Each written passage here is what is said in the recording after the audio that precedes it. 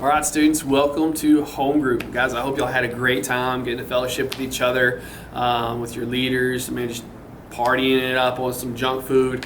So I hope you guys are full and ready to sit down, chill, relax, and really get into, more about who God is.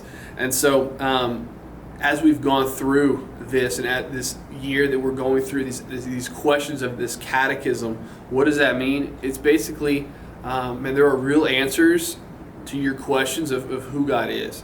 And so everyone should be afraid to ask those, and this year has kind of been set up to try to throw those out in front of you so that you can really answer those questions, so that you know those answers. You don't have to wonder about who God is and what He's like and kind of what it all means.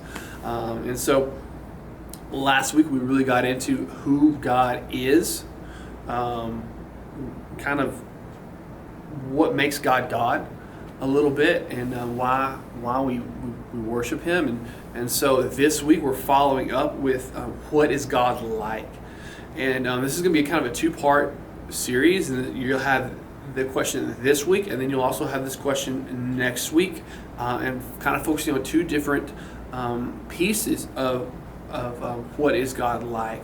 Next week will be the attributes of God that are kind of similar to us, and kind of what the distinctions are between us and Him. This week, what we're really going to be focusing on is what we call the incommunicable attributes of God. What does that mean?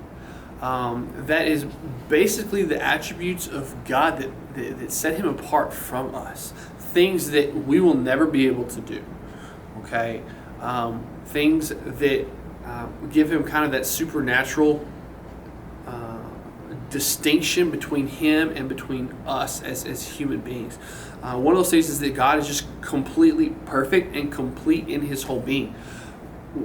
He's perfect. He doesn't make mistakes. He never forgets to turn in His homework. He never forgets to do chores at the house. He is completely perfect in all that He does, all that He plans, all that He thinks, the way He responds to things. Is completely perfect. And as humans, we're just not that way. If you're an athlete, you make mistakes. Okay, you're a football player, you try to catch a ball, sometimes you drop it.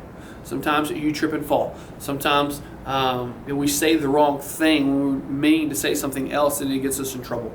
So there's all different kinds of ways in which we fail on a daily basis as humans where God doesn't, because He is just completely holy, perfect.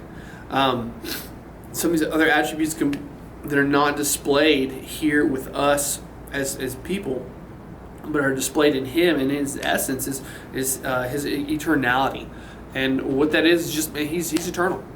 There was no beginning, there is going to be no end, and everything that we know as human beings has a beginning and an end. Every tree that grows, we're like, oh, well, it was planted and one day it's going to die. Every person, we were all born at some point. Before that, we don't know anything, and after that, we're not going to be here to care. But God is still here, and He always was here, and He's always going to be here. So trying to wrap our heads around that piece of Him. The other three things are three big words that are omniscience, omnipotence, and omnipresent. What does that mean? Basically, they're just really, really big, fancy words for saying that God is all-knowing. He knows everything. There is nothing that escapes His knowledge. There's nothing that He says, oh, I didn't see that coming, and has to scramble to fix it. He knows everything. His omnipotence, He's just all powerful. He's all completely powerful. In that everything that He does, He creates. He doesn't need any training. He doesn't need to know how to do that. He doesn't need some kind of energy from eating food in order to be able to go and run and catch a football.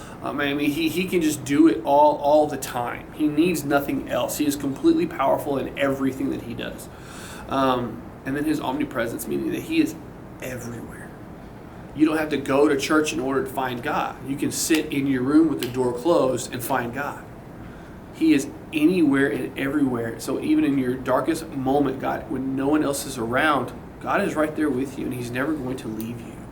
And so these are some really cool things about who God is that make him God and set him apart from us, that your leaders are going to walk through with you.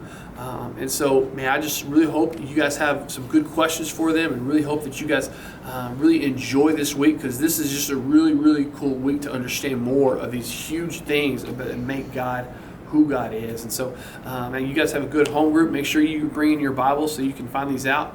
And God, we will see y'all next week.